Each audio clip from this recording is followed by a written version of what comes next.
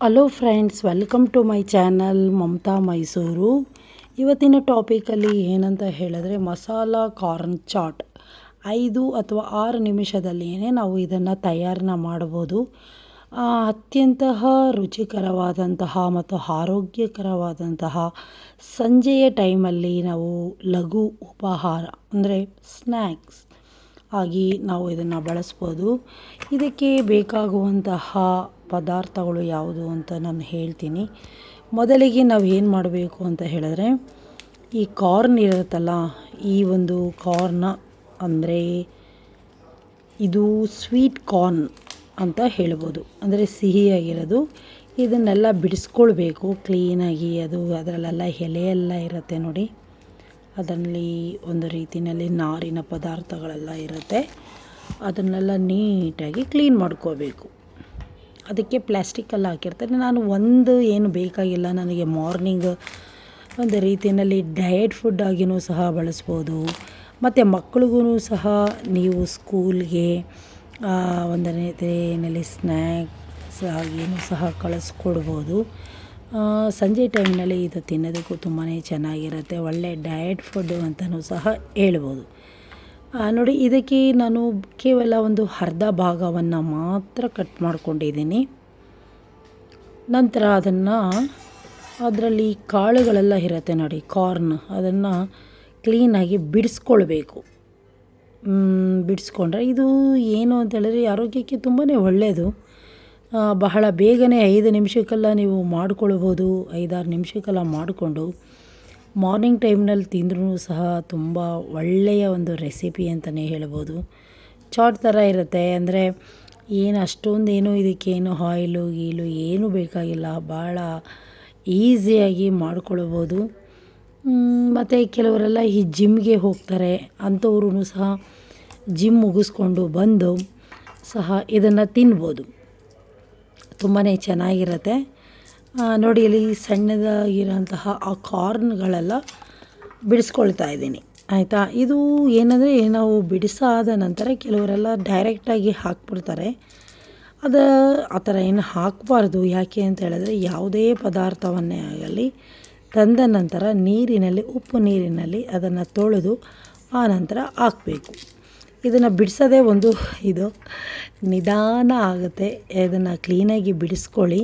ಬಿಡಿ ಬಿಡಿಯಾಗಿ ಬಿಡಿಸ್ಕೊಂಡಾದ ನಂತರ ಏನು ಮಾಡ್ತೀನಿ ಅದನ್ನು ನೋಡಿ. ಇದಕ್ಕೆ ಜಾಸ್ತಿ ಏನು ಅಂದರೆ ಯಾವುದೇ ಒಂದು ಮಸಾಲ ಪದಾರ್ಥಗಳೆಲ್ಲ ಬೇಕಾಗಿರಲ್ಲ. ಕೇವಲ ಇದಕ್ಕೆ ಏನಂದರೆ ನೀವು ಉಪ್ಪಾಗಿರ್ಬೋದು ಅಥವಾ ಮೆಣಸು ಅಥವಾ ಚಿಲ್ಲಿ ಪೌಡರು, ಇದಿಷ್ಟು ಪದಾರ್ಥನೇ ಹಾಕಿದ್ರೂ ಸಾಕು. ಬೇಕಾದರೆ ನೀವು ಅದು ಇನ್ನೊಂದು ಚಾಟ್ನ ತೋರಿಸ್ಕೊಡ್ತೀನಿ, ಕಾರ್ನ್ ಚೋಟಿ ಯಾವ ರೀತಿ ಮಾಡ್ಬೋದು ಅಂತ. ಇದು ಬಹಳ ಈಸಿಯಾಗಿ ಮಾಡೋ ಅಂಥದ್ದು. ನೋಡಿ, ಎಲ್ಲನೂ ಈ ರೀತಿಯಲ್ಲಿ ಚಾಕುನಲ್ಲಿ ಬಿಡಿಸ್ಕೋಬೇಕು. ನೋಡಿ, ಅದು ತುಂಬಾ ಗಟ್ಟಿಯಾಗಿರುತ್ತೆ, ನಿಧಾನವಾಗಿ ಬಿಡಿಸ್ಕೊಳ್ಬೇಕು. ನಂತರ ಅದನ್ನು ಏನು ಮಾಡ್ತೀನಿ ಅನ್ನೋದನ್ನು ಸಹ ನೋಡ್ಕೊಳ್ಳಿ. ಹೀಗೆಲ್ಲನೂ ಕ್ಲೀನಾಗಿ ಬಿಡಿಸಾದ ನಂತರ ಒಂದು ಪಾತ್ರೆನ ತಗೊಳ್ಳಿ. ಆ ಪಾತ್ರೆಗೆ ನೀವು ಬಿಡಿಸಿದಂತಹ ಸ್ವೀಟ್ ಜೋಳ ಇರುತ್ತಲ್ಲ, ಅಂದರೆ ಕಾರ್ನ್, ಅದನ್ನು ಹಾಕಿ ಅದನ್ನು ಕ್ಲೀನಾಗಿ ವಾಶ್ ಮಾಡ್ಕೊಳ್ಬೇಕು. ಕೆಲವರು ಹಾಗೇ ಡೈರೆಕ್ಟಾಗಿ ಹಾಕ್ತಾರೆ, ಬಿಡಿಸಿದ ನಂತರ ಏನೂ ಇದಿರಲ್ಲ ಅಂತ. ಬಟ್ ಏನೇ ಆಗಲಿ, ನಾವು ಹೊರಗಿಂದ ತಂದ ನಂತರ ಅದನ್ನು ಕ್ಲೀನಾಗಿ ವಾಶ್ ಮಾಡೋದು ಬಹಳ ಮುಖ್ಯ ಅಲ್ವಾ. ಏನೇ ಪದಾರ್ಥ ಆಗಲಿ ವಾಶ್ ಮಾಡಿ ಅದಕ್ಕೆ ಬೇಕಾದ್ರೆ ಉಪ್ಪೆಲ್ಲ ಹಾಕ್ಬಿಟ್ಟು ಸ್ವಲ್ಪ ಕ್ಲೀನಾಗಿ ತೊಳ್ಕೊಳ್ಬೇಕು.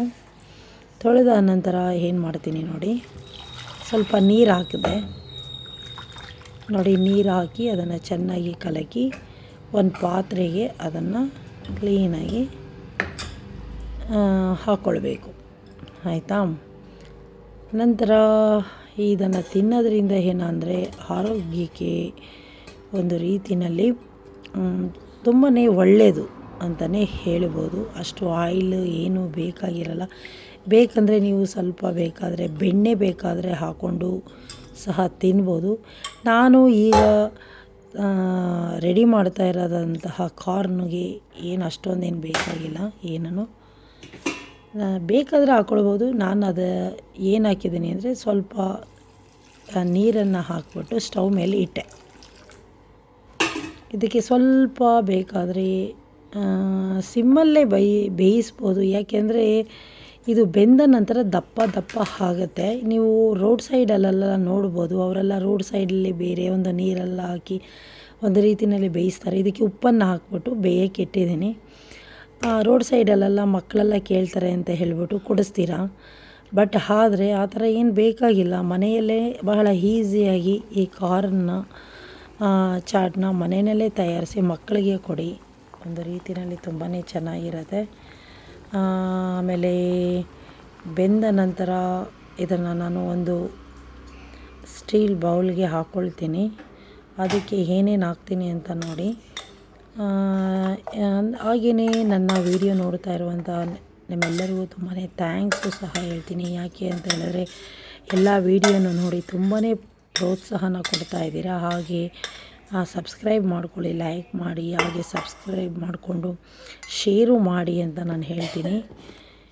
ಬಹಳ ಈಸಿಯಾಗಿ 5 ಅಥವಾ 6 ನಿಮಿಷದಲ್ಲಿ ತಯಾರಾದಂಥ ಸ್ವೀಟ್ ಕಾರ್ನ್ ಇದು. ಚಿಲ್ಲಿ ಪೌಡರ್ ಹಾಕ್ತೆ, ಕೆಂಪು ಮೆಣಸಿನ ಪುಡಿ ಹಾಕ್ಬೋದು. ಬೇಕಾದರೆ ಸ್ವಲ್ಪ ಉಪ್ಪನ್ನು ಸಹ ಹಾಕಿದ್ದೀನಿ. ಬೇಯಬೇಕಾದರೂ ಸ್ವಲ್ಪ ಹಾಕಿದ್ದೀನಿ. ಈಗ ಒಂದು ಸ್ವಲ್ಪ ಉಪ್ಪನ್ನು ಹಾಕಿದ್ದೀನಿ ನೋಡಿ. ಮೆಣಸಿನ ಪುಡಿ ಬಗ್ಗೆ ಬೇರೆ ಬೇರೆ ರೀತಿಯಲ್ಲೂ ಒಬ್ಬೊಬ್ಬರು ಒಂದೊಂದು ಥರ ಮಾಡ್ತಾರೆ. ಬಟ್ ಇದು ಏನಾದರೆ ಬಹಳ ಈಸಿಯಾಗಿ ಬೇಗನೆ ಮಾಡಿಕೊಳ್ಳೋ ಅಂಥದ್ದು. ನೀವು ಸಂಜೆ ಟೈಮಲ್ಲೂ ತಿನ್ಬೋದು, ಮಾರ್ನಿಂಗ್ ಟೈಮ್ನಲ್ಲೂ ಸಹ ತಿನ್ಬೋದು.